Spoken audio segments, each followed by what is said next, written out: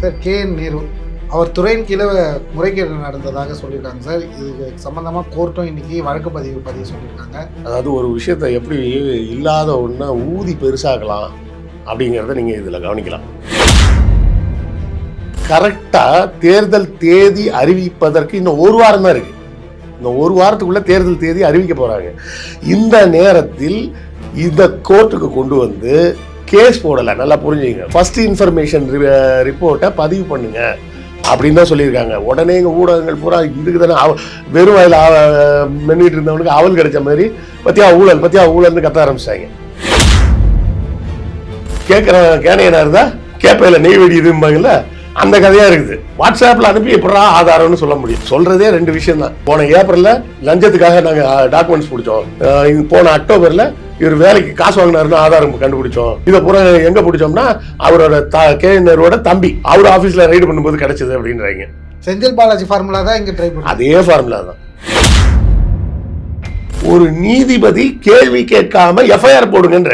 அப்ப யார் கொடுத்த அழுத்தம்? வேற யார் அந்த அழுத்தத்தை கொடுப்பா? பிஜேபி தான் கொடுக்கும். போன 2025 ஏப்ரல் நடத்தின ரைடுக்கு 2026 வந்து எதுக்கு ஃபைல் பண்ணணும்? ஏன்னா ஃபைல் பண்ணா நிக்காதுன்னு தெரியும். தேர்தல் நேரத்தில் கரெக்டாக கொண்டாந்து போட்டோம்னா இல்லைன்னு ப்ரூவ் பண்ண முடியாதுன்ற கேப்ல எப்படியாவது நம்ம கொஞ்சம் ஏதாவது ஓட்டிடலான்னு பாக்குறாங்க. மக்கள் கவனமா இருக்கணும். அகத்திரை நேயர்களுக்கு அன்பான வணக்கம். இன்று நம்முடன் இணைந்திருப்பவர் அரசியல் விமர்சகர் கிருஷ்ணவேல் சார் அவர்கள். சார் வணக்கம் சார். வணக்கம் அர்ஜுன். சார் KN நேரு ஒரு மூத்த அரசியல்வாதி, திமுகவில் பல வருஷமாக அமைச்சர்களாக பயணித்தவர். அவர் துறையின் கீழே முறைகேடு நடந்ததாக சொல்லியிருக்காங்க சார். இதுக்கு சம்பந்தமாக கோர்ட்டும் இன்னைக்கு வழக்கு பதிவு சொல்லியிருக்காங்க. அதோட விவரங்கள் என்ன சார்? அதாவது ஒரு விஷயத்தை எப்படி இல்லாத ஒன்றை ஊதி பெருசாகலாம் அப்படிங்கிறத நீங்கள் இதில் கவனிக்கலாம். கொஞ்ச நாளைக்கு முன்னாடி பார்த்தீங்கன்னா ஒரு வாரத்துக்கு முன்னாடி தேர்தல் முன்னோட்டம் 5 மண்டலங்களாக பிரித்து இந்த மண்டலங்களில் திமுக ஸ்ட்ராங்காக இருக்குது, இந்த மண்டலங்களில் கொஞ்சம் ஸ்ட்ரகிள் பண்ணணும், இந்த இடத்துல கொஞ்சம் போராடினாங்கன்னா வெற்றி பெறும் அப்படின்ற மாதிரி நான் பேசும்போது முக்கியமாக ஒரு செய்தியை நான் சொல்லியிருந்தேன். அப்போவே நான் சொல்கிறது ஒரு 10 நாளைக்கு முன்னாடியே என்ன சொல்லியிருந்தேன்னா, இப்போது இருக்கும் தேர்தல் நிலவரப்படி பார்த்தா திமுக ஸ்வைப் பண்ணி வின் பண்ணுவாங்க. ஏன்னா பெருசாக அதிருப்தி எதுவும் கிடையாது, பெருசாக திருப்தி தான் இருக்குது. சொல்லப்போனால் ஜனவரி மாதம் மகளிர் உரிமை தொகை வாங்கக்கூடிய பெண்களுக்குன்னு மட்டும் எடுத்திங்கன்னா 4000 ரூபா கொடுத்துருக்காங்க. அப்புறம் பிப்ரவரியில் 5000 ரூபா கொடுத்துருக்குறாங்க. எல்லா பக்கமும் பாசிட்டிவாக போயிட்டுருக்கு. திடீர்னு புதுசாக ஏதாவது ஒரு பெரிய ஸ்கேம் அப்படின்னு சொல்லி வந்தால் இந்த ஈக்குவேஷன்ஸ் கொஞ்சம் குழம்பும் அப்படின்னு நான் அப்போவே சொல்லிட்டேன். எதை வச்சு சொன்னேன் அப்படின்னா வேறு ஒன்றும் கிடையாது. 2006 2010 வரை கலைஞரின் ஆட்சி மிகப்பெரிய சிறப்பான ஆட்சியாக இருந்தது. அப்போவும் பார்த்தீங்கன்னா ஜிடிபி அப்போ 13% போயிருந்தோம். இப்போ 11.2.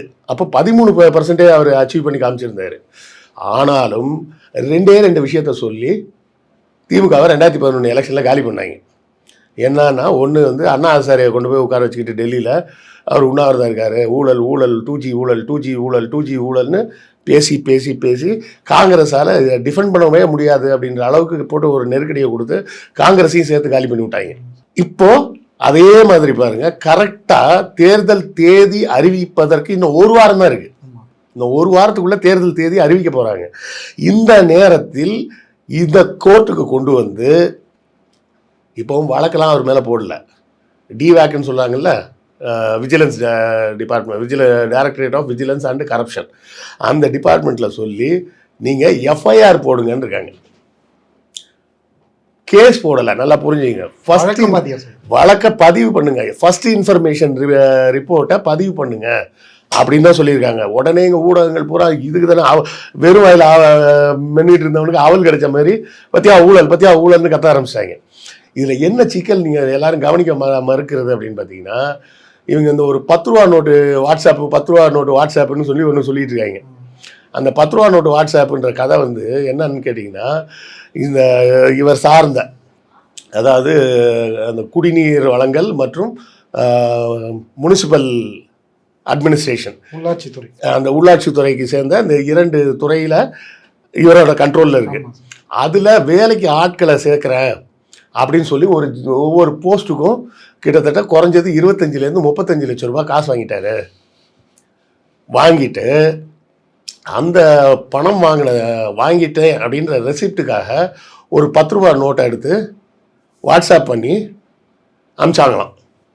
அந்த வாட்ஸ்அப் மெசேஜ்லாம் எங்கள்கிட்ட இருக்குது அப்படின்னு சொல்கிறாங்க. இதை விட ஒரு மொக்கையான குற்றச்சாட்டு நீங்கள் எங்கேயாவது கேள்விப்பட முடியுமா?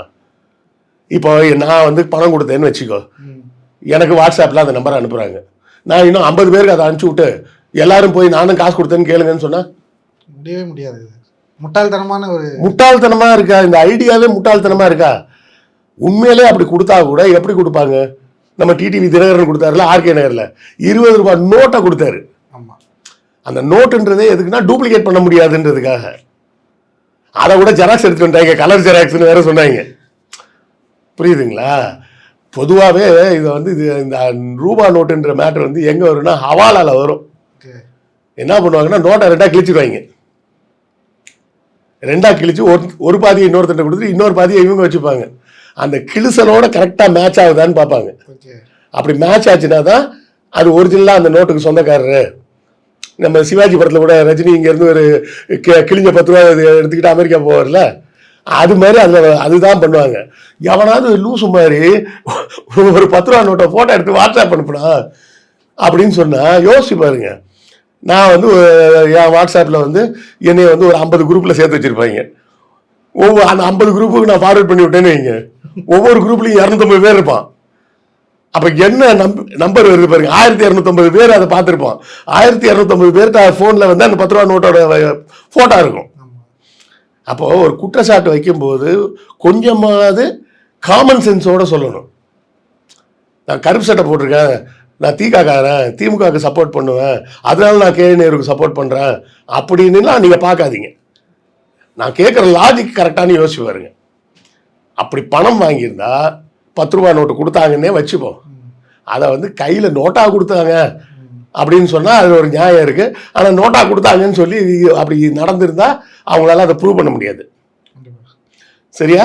அப்போது இந்த வாட்ஸ்அப்பில் அனுப்புனாங்க அப்படின்னு சொல்கிறது அதை வந்து குற்றச்சாட்டாகவே எடுத்துக்க முடியாது. ஒரு ஆதாரமாகவே அதை எடுத்து இல்லை, ஆதாரம் இல்லை, அது செல்லுபடி ஆகக்கூடிய ஆதாரமாகவே இல்லைன்ற லாஜிக்காகவே தப்பாக இருக்குது. சரிங்க சார், இதற்கிடையில் நேரு அவர்கள் மேலே கை வைக்கணுன்றது முக்கிய காரணம் வந்து வேற ஒன்றும் இல்லை. நீங்கள் வந்து மேற்கு மண்டலத்தை பார்த்தீங்கன்னா கொஞ்சம் ஏடிஎம்கே சப்போர்ட்டாகவே நிற்கும். அதுவும் இப்போ குறிப்பாக எடப்பாடி வந்து அந்த பகுதியை சேர்ந்தவர்ன்றதுனால கொஞ்சம் டஃப் ஃபைட்டு தான். இந்த பக்கம் நமக்கு செந்தில் பாலாஜி இருக்கிறாரு அப்படின்னு சொன்னாலும் அது கொஞ்சம் டஃப். ஏன்னா அங்கே எல்லாருமே கொஞ்சம் ஸ்ட்ராங்கான ஆட்கள். செங்கோட்டையனும் ஸ்ட்ராங் தான், செந்தில் பாலாஜியும் ஸ்ட்ராங் தான். எடப்பாடி அவருக்கு ஜாதி சார்ந்து அவருக்கு ஆதரவு. இப்படி இருக்கும்போது கோவை பெல்ட்ன்றது மும்முனை போட்டியாக இருக்கும். வட தமிழ்நாடுன்றது பார்த்தீங்கன்னா கொஞ்சம் பாமக ஆதரவு ஜாஸ்தியாக இருக்கும், அதுக்கு சமமாக விசிக ஆதரவும் இருக்கும். தென்மண்டலம்னு எடுத்தோம்னா அது வந்து பெரும்பாலும் அந்த தேவரின மக்கள் அவங்க டாமினேஷனாக இருக்கக்கூடிய பகுதி. இப்போ ஓபிஎஸ்லாம் வெளியே வந்ததுக்கப்புறம் அங்கே திமுகவுக்கான ஆதரவு பெருகிடுச்சு. ஆனால் ஒரு ஏரியா என்னென்னா டெல்டா ஏரியா. அந்த டெல்டா ஏரியாவில் தலைகீழ நின்னாலும் தண்ணி குடிக்க முடியாது வேறு எந்த கட்சியும். திமுக மட்டும்தான் அடிக்கும் அந்த இடத்துல.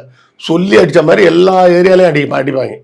அதுவும் எப்படின்னா முதல்ல அங்கே அந்த ஏரியாவில் அடித்தது குளித்தலையில் கலைஞர் அடிக்கிறார்.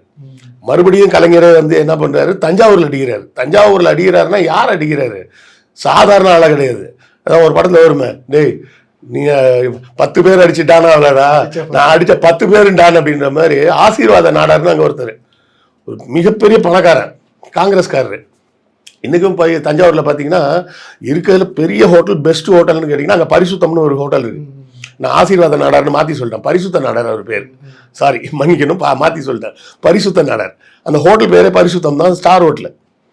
அந்த ஹோட்டல் அந்த மாதிரி அவ்வளோ பெரிய பணக்காரர் ஒருத்தர் நிற்கிறார் காங்கிரஸில். அவர் ஆட்சி காலி பண்ணி கலைஞர் ஜெயிக்கிறார். அதில் இருந்து கொங்கு பெல்ட் பார்த்தி டெல்டா மாவட்டம் பார்த்தீங்கன்னா அவன் வேற கட்சியில் இருந்தால் கூட அவனை அறியாமல் சில திராவிட இயக்க சிந்தனைகள் உள்ளே போயிடும். அந்த மாதிரி அந்த இடம் ஸ்ட்ராங்கு. அப்போ அந்த ஏரியாவில் ஒருத்தரை தாக்குவோம். எப்படி ஆராசாவை தூக்குனாங்களோ அதே ஃபார்முலா இப்போ திரும்ப 2026 ரிப்பீட் பண்ணி பார்க்குறாங்க. போன வருஷம் ஏப்ரல் மாதம் இடி ரைடு பண்ணிச்சுன்னு சொல்கிறாங்க. போன வருஷம் அக்டோபர் மாதம் நாங்கள் இந்த வாட்ஸ்அப் மெசேஜ்லாம் எடுத்தோம் அப்படின்றாங்க. அதாவது 2 குற்றச்சாட்டு சொல்கிறாங்க. ஒன்று 1000 கோடிக்கு மேலே லஞ்சம் வாங்கியிருக்காரு 7%லேருந்து 10% வரை டெண்டரில் லஞ்சம் வாங்கியிருக்காரு அப்படின்னு சொல்லி எப்போ சொல்கிறாங்க? போன வருஷம் ஏப்ரல் மாதம் இடி. அப்போவே அவர் என்ன சொன்னார்? நீங்கள் கோர்ட்டுக்கு போ, நான் கோர்ட்டில் பார்த்துக்கிறேன் அப்படின்னாரு. அக்டோபர் மாதம் தான் மறுபடியும் இந்த ஜாப் ராக்கெட் வேலை வாங்கி தரேன்னு சொல்லி காசு வாங்கிட்டாருன்னு செந்தில் பாலாஜி மேலேயும் அதே தான் சொன்னாங்க. வேலை வாங்கி தரேன்னு சொல்லி காசு வாங்கினாருன்னு கொண்டு போய் 1 வருஷம் 1.25 வருஷம் உள்ளே வச்சாங்க. அதுக்கப்புறம் என்ன பண்ணாங்க? அசிங்கப்பட்டு தான் வந்தாங்க இடி. அதாவதுமா நான் என்ன கேட்குறேன்னா, திமுக தமிழ்நாட்டில் இப்போ தான் இந்த 5 வருஷம் ஆட்சியில் இருக்கு. ஆனால் 2014லேருந்து 2026 12 வருஷம் மோடி தானே மேலே இருக்காரு. மோடி கிட்ட தான் சிபிஐ இருக்கு, மோடி கிட்ட தான் ஐடி இருக்கு, மோடி கிட்ட தான் இடி இருக்கு, மோடி கிட்ட தான் கோர்ட் இருக்கு, இப்போ மோடி கிட்ட தான் சென்சார் போர்டும் இருக்கு. இவ்வளவும் வச்சுக்கிட்டு உன்னால ஒரு கேஸ் கூட போட முடியலையா? இந்த இந்த 12 வருஷமா, முதல்ல ஒரு 8 வருஷம் திமுக ஆட்சியில் இல்லை, ஒரு 6 வருஷம் 14லேருந்து 20 வரை ஆட்சியில், அப்போவும் உன்னால கேஸ் போட முடியல. கலைஞர் உயிரோடு இருந்தப்பவும் கேஸ் போட முடியல, கலைஞர் இறந்த பிறகும் கேஸ் போட முடியல. உதயநிதி நிற்கிறாரு, அவரு தான் சினிமா நடிக்கிறாரு, அவரு சினிமா டிஸ்ட்ரிபியூஷன் கம்பெனி வச்சிருக்காரு. அவர் மேல இடியை விட்டு வருமானத்துக்கு அதிகமாக சொத்து சேர்த்தாருன்னு கேஸ் போட வேண்டியது தானே? விஜய் மேல கேஸ் இருக்கு, 15 கோடி ரூபா வாங்கி வரி கட்டலன்னு. உதயநிதி மேல கேஸ் இருக்கா? அவர் என்ன உங்க சொந்தக்காரனா? இல்லைன்னா விஜய் சொல்ற மாதிரியே பாஜக திமுகவோட கள்ள கூட்டணியில் இருக்கா? அப்போ இது நல்லா தெளிவாக தெரியுது. அதாவது அவரோட சாதனைகள் பார்த்தீங்கன்னா, இந்த கடந்த 4.25 வருஷத்தில் தமிழ்நாடு பூரா சிறு சிறு ஊர்களுக்கு நடுவில், நகரங்களுக்கு நடுவில், சின்ன சின்ன நகரங்களுக்கு, முனிசிபாலிட்டி, நான் கார்பரேஷன் சொல்லலை, கார்பரேஷன்னா சென்னை, கோயம்புத்தூர், மதுரை, திருச்சி, திருநெல்வேலி, வேலூர், இது மாதிரி பெரிய பெரிய மேயர் தேர்ந்தெடுக்கப்பட்ட நகரங்கள்ல, மேயர் இல்லாத முனிசிபல் சேர்மன் இருப்பார்ல, அந்த மாதிரி நகரங்களுக்கு நடுவில் 24,000 கிலோமீட்டர் ரோடு போட்டிருக்காரு. நேரு மட்டும் போட்ட ரோடு மட்டும் 24,000 கிலோமீட்டர் ரோடு போட்டிருக்காரு. குஜராத்தில் என்ன பண்ணாங்க? 18 கிலோமீட்டர் ரோடுக்கு 1 கிலோமீட்டருக்கு 250 கோடி போட்டாங்க. அந்த ரோடே 18 கிலோமீட்டர் தான். அதில் அவனுக்கு போட்ட டெண்டர் எவ்வளவு? 1 கிலோமீட்டருக்கு 250 கோடி. இவர் 24,000 கிலோமீட்டர் போட்டிருக்காரு.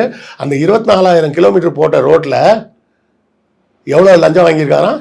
1000 கோடி. யோசிப்பார், நீ 18 கிலோமீட்டருக்கு 250 கோடினா 1 கிலோமீட்டருக்கு, இதுவே கிட்டத்தட்ட எவ்வளோ வருது? 50,000 கோடி வருது. வெறும் 18 கிலோமீட்டர் ரோட்ல 50,000 கோடி டெண்டர் போட்டிருக்காங்க. அந்த ஊழலை யாரும் பேசலை. இங்கே 24,000 கிலோமீட்டர் போட்ட இடத்துல 10% 1000 கோடி ரூபா அப்படின்னு சொல்கிறாங்க. 10% 1000 கோடினே வச்சுக்கோ. அப்போ மொத்தமே எவ்வளோ செலவு பண்ணியிருக்காரு? 10,000 கோடி தான். 24,000 கிலோமீட்டர் ரோடு போடுறதுக்கு 10,000 கோடி செலவு பண்ணியிருக்காரு. அவனுங்க வெறும் 18 கிலோமீட்டர் ரோடு போடுறதுக்கு 50,000 கோடி செலவு பண்ணியிருக்காங்க. இப்போ இது ரெண்டுல எது ஊழல்? மாபெரும் ஊழலாக இருக்கே சார். 1.2 கோடி புது வீடுகளுக்கு தண்ணி கனெக்ஷன் கொடுத்துருக்கிறாரு. இதுவும் முனிசிபாலிட்டி ஏரியாவில். இப்போ நம்ம மாதிரி இங்கே சென்னை போன்ற நகரங்களில் எல்லா வீட்லேயும் மெட்ரோ வாட்டர் இருக்கும். அங்கே சின்ன சிறு நகரங்கள்லாம் பார்த்தோம்னா காமன் வாட்டர் இருக்கும், ஒரு சில வீடுகளில் கனெக்ஷன் இருக்கும். புதிதாக இந்த 4.25 ஆண்டுகளில் 1.2 கோடி வீடுகளுக்கு புது வாட்டர் கனெக்ஷன் கொடுத்துருக்கிறார். அப்போ இந்த 3 விஷயத்தை கனெக்ட் பண்ணி பாருங்க. செயல்பாடு, அரசியல் செயல்பாடுன்னு பார்த்தா மக்களுக்கு 1.25 கோடி பேருக்கு புது வாட்டர் கனெக்ஷன். 1.25 கோடி அப்படின்னு சொன்னீங்கன்னா அதுவே ஒரு குடும்பம்னா எத்தனை பேரா இருக்குன்னு பார்த்துங்க. 2 பேர்னு வச்சுக்கிட்டீங்கன்னா கூட டபுள். சரியா? 10,000 கோடி ரூபாய் ஊழல் பண்ணாருன்னு இவனுங்க சொல்ற அமௌண்ட் கரெக்ட்னு வச்சுக்கிட்டா அதுக்கு 10% அப்படின்னு சொன்னா மொத்த பட்ஜெட்டே 10,000 கோடி ரூபாயில ரோடு போட்டிருக்காரு.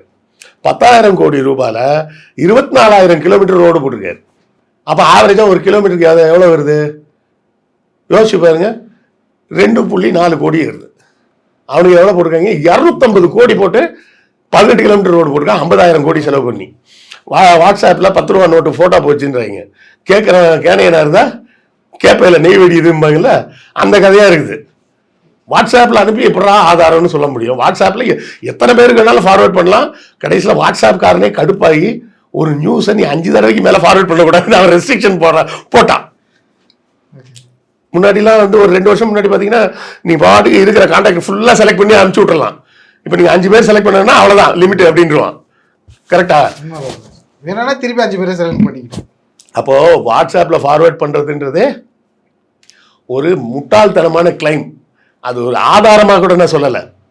அந்த கிளைமே ஒரு முட்டாள்தனமான கிளைம். மொத்தத்தில் இவங்க சொல்கிற குற்றச்சாட்டுகள் எதுவுமே உண்மை இல்லை அப்படிங்கிறது இந்த அனாலிசிஸ்லேயே நம்ம பார்த்துக்கலாம். சொல்கிறதே 2 விஷயம்தான்.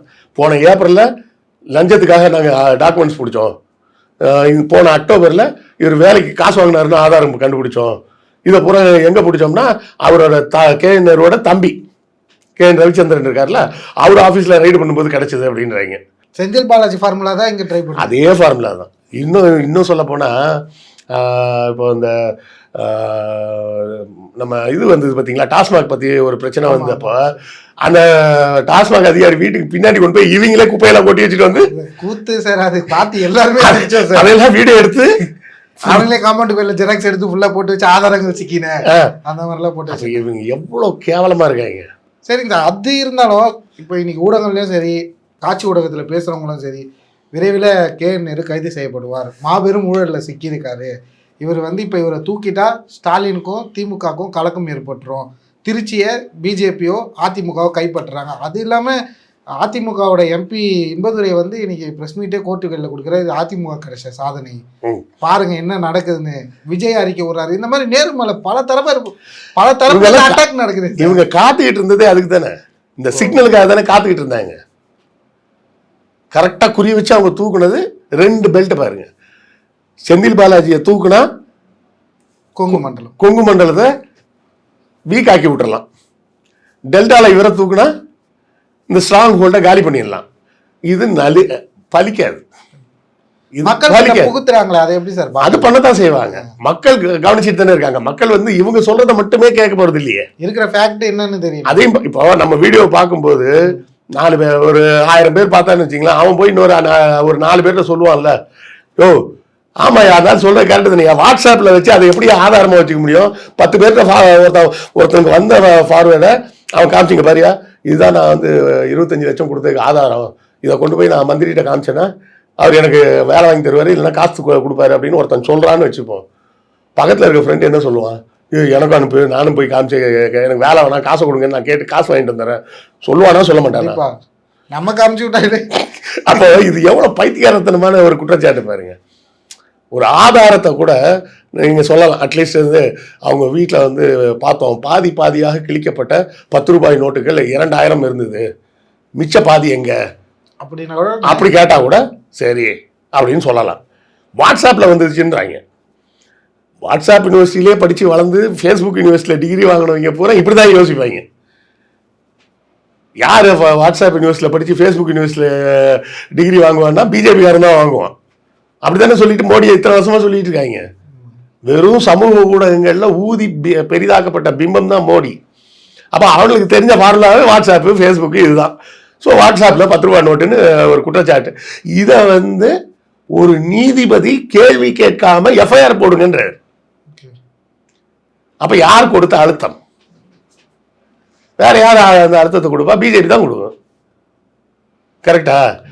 அவர் பேரே ஸ்ரீவத்சவா. அப்போ அவர் சார்ந்த சமூகத்துக்கு சாதகமாக தான் பேசுவார்.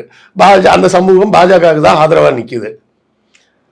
நம்ம அவரோட தீர்ப்புக்குள்ளே போல என்ன வாய்ப்புகள் இருக்குன்னு கேட்குறோம். வாட்ஸ்அப்பில் உள்ளதை ஒரு ஆதாரமாக எடுத்துக்கொண்டு ஒரு மந்திரியை சிட்டிங் மினிஸ்டரை அரெஸ்ட் பண்ணுன்னு சொல்லி எஃப்ஐஆர் போடுன்னு சொல்லி கோர்ட்ல இருந்து உத்தரவு கொடுக்குறாங்கன்னா இது என்ன சொல்றதுன்னு எனக்கு தெரியல. இப்படி ஒரு ஆதாரத்தை முதல்ல court is it admissible? First ஒரு இமெயில் ஆதாரத்தையே எடுத்துக்க முடியாதுன்றாங்க. வாட்ஸ்அப்பில் மெசேஜ் இருந்தது, இது ஒரு ஆதாரம்னு சொன்னால் 5ஆம் கிளாஸ் படிக்கிற பையன் கூட சிரிப்பான். சரிங்க சார், இதற்கிடையே இப்போ இடி அடுத்து உள்ளே வரும், இப்போ அடுத்தது நேருவை விசாரிப்பாங்க, எல்லாமே பண்ணுவாங்க. இப்போ தேர்தலுக்கு முன்னாடி இந்த மாதிரி ஒரு கைதுன்ற சூழ்நிலை ஏற்பட்டால் தமிழக மக்களும் சரி இல்லை அந்த டெல்டா மாவட்டங்களும் நேரு தரப்பில் சார்ந்தவங்களும் இதை எப்படி சார் எதிர்கொள்வாங்கன்னு பார்க்குறீங்க? திமுக இதை கடுமையாக விமர்சிப்பது மட்டும் இல்லாமல் இந்த எந்த ஒரு தூக்கு மேடைக்கும் நாங்கள் அஞ்ச மாட்டோம், நாங்கள் உங்கள் பக்கம் தான் நிற்கிறோம். ஏன்னா திமுகவுக்கு எதிராக இப்போதைக்கு அவங்களுக்கு சொல்கிறதுக்கு எந்த பாயிண்ட்டுமே இல்லை. அட்லீஸ்ட் 2011 கரண்ட் போச்சு, அடிக்கடி கரண்ட் போயிட்டே இருந்தது. பார்த்தீங்களா, கரண்ட் இல்லைன்னு சொல்லி அதோட ஊழல்னு சொல்லி 2ஆ வச்சு ஓட்டினாங்க. இப்போ ஓட்டுறதுக்கு எந்த படமும் இல்லை. எதை சொல்லுவாங்க? சொல்கிறதுக்கு எதுவுமே இல்லை. காலையில் சாப்பாடு கொடுக்குறாங்க, புதுமை பெண் திட்டம், தமிழ் புதல்வன் திட்டம், தோழிகள் விடுதி, உரிமை பயணம், உரிமை தொகை, விடியல் பயணம், இப்படி அவங்க திட்டங்களை அடுக்கிக்கிட்டே போகிறாங்க. ப்ளஸ் 3 மாதத்துக்கு சேர்த்து மொத்தமாக வச்சுக்கோ, எக்ஸ்ட்ரா கோடை காலத்துக்கு ஒரு 2000 ரூபாய் தரேன், இனிமேல் வருஷம் கோடை காலத்துக்கு 2000 ரூபாய் தரேன், அடுத்த வருஷத்துலேருந்து மாதம் 1000 ரூபாய்க்கு மாதம் 2000 ரூபாய் தரேன். இதுக்கு மேலே என்ன பேசுறதுன்னு அவங்களுக்கு தெரியல. ஸோ கடைசி ஆயுதம் கோர்ட் எடுத்துட்டாங்க. ஏன்னா இடியால அதை கேஸ் ஃபைல் பண்ண முடியல. கேஸ் ஃபைல் பண்ண முடிஞ்சா இத்தனை நாள் ஏன் ஃபைல் பண்ணாமல் இருக்கணும்? ஆல்மோஸ்ட் 1 இயர் கழிச்சு இதுக்கு ஃபைல் பண்ணணும். போன 2025 ஏப்ரல் நடத்தின ரைடுக்கு 2026 வந்து எதுக்கு ஃபைல் பண்ணணும்? ஏன்னா ஃபைல் பண்ணால் நிற்காதுன்னு தெரியும். ஃபைல் பண்ணியிருந்தாங்கன்னா அடுத்த 3 மாதத்தில் அதை உடச்சிருப்பாங்க. அப்போ அதோட எஃபெக்ட் இருக்காது. அப்போ வெயிட் பண்ணுவோம். தேர்தல் நேரத்தில் கரெக்டாக கொண்டாந்து போட்டோம்னா அதை ப்ரூவ் பண்ண முடியாது, இல்லைன்னு ப்ரூவ் பண்ண முடியாதுன்ற கேப்பில் எப்படியாவது நம்ம கொஞ்சம் ஏதாவது ஓட்டிடலான்னு பார்க்குறாங்க. மக்கள் கவனமாக இருக்கணும்.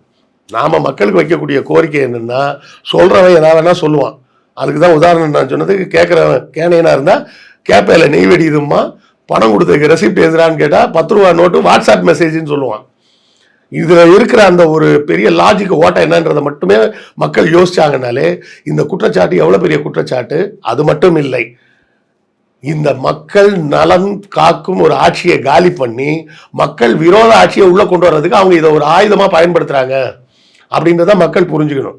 இந்த 10 ரூபா நோட்டு வாட்ஸ்அப்பு அப்படின்றத நீங்கள் மக்களும் நம்பினீங்கன்னா உங்கள் தலையில் நீங்களே மண்ணள்ளி போட்டுக்கிற மாதிரி ஆகிடும். அதை மக்கள் புரிஞ்சுக்கணும். வாட்ஸ்அப்பை வந்து எப்படி ஆதாரமாக எடுத்துக்க முடியாதுன்னு இந்த ஒரு ஆதாரத்தை நம்ம சொல்லியிருக்கோம். இதை மற்றவங்களாம் சொல்லியிருக்காங்க, மற்ற வேறு யாரும் பேசியிருக்காங்களான்னு தெரில.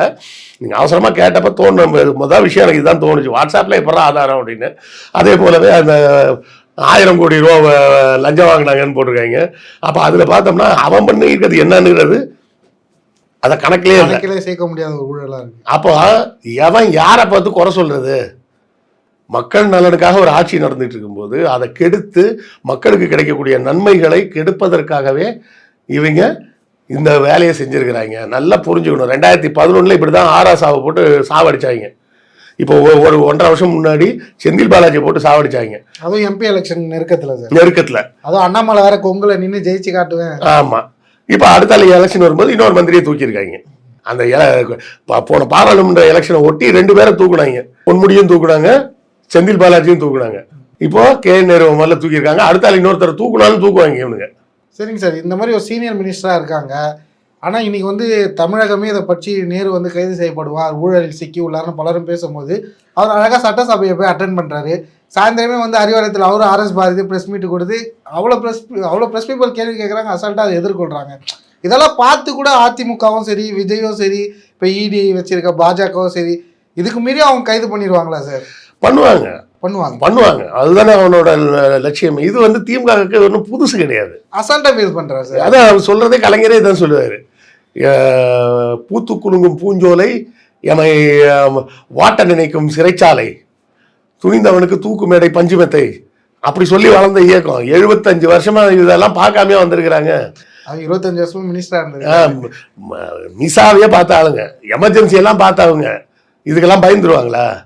மக்கள் வந்து இதில் கேரி ஓவர் ஆகாமல் இருந்தால் போதும். மக்கள் இதை வந்து அதை மண்டையில் ஏற்றிக்கிட்டு அந்த நரேஷனை பார்த்துக்கிட்டு ஓடிடாமல் இருந்தால் மட்டும் போதும். ரொம்ப சிம்பிளாக புரிஞ்சுங்க. நான் திரும்ப அழுத்தி சொல்கிறதுக்கு எதுக்குன்னா, மக்களுக்கு ஈஸியாக புரியுன்றதுக்காக. சும்மா ஒரு கூப்பனை கொடுத்து, இந்த கூப்பனை வந்து வாட்ஸ்அப்பில் அனுப்பிவிட்டு, இந்த வாட்ஸ்அப்பில் இருக்க கூப்பனை கொண்டாந்து காமிச்சிங்கன்னா இந்த ரேஷன் கடையில் 1000 ரூபாய் தருவாங்கன்னு சொன்னால் நீங்கள் நம்புவீங்களா? குழந்தை கூட நம்பாது சார். அது மாதிரி தான் இதுவும் அப்படின்றத புரிஞ்சுக்கிட்டாங்கன்னா, இது எடுத்தவொடனே குற்றச்சாட்டே சுத்த போலி அப்படிங்கிறது ஒரு போலி பிம்பத்தை கிரியேட் பண்ணுறாங்க. அது வந்து 2026 மக்கள் அதுக்கு என்ன பதில் அளிக்கிறாங்க பொறுத்து பார்ப்போம் சார். அடுத்தது நேருவை பற்றி அடுத்த அப்டேட் வரும்போது கண்டிப்பாக சந்திப்போம் சார். நேரம் தந்து பதிலளித்ததுக்கு நன்றி சார். நன்றி.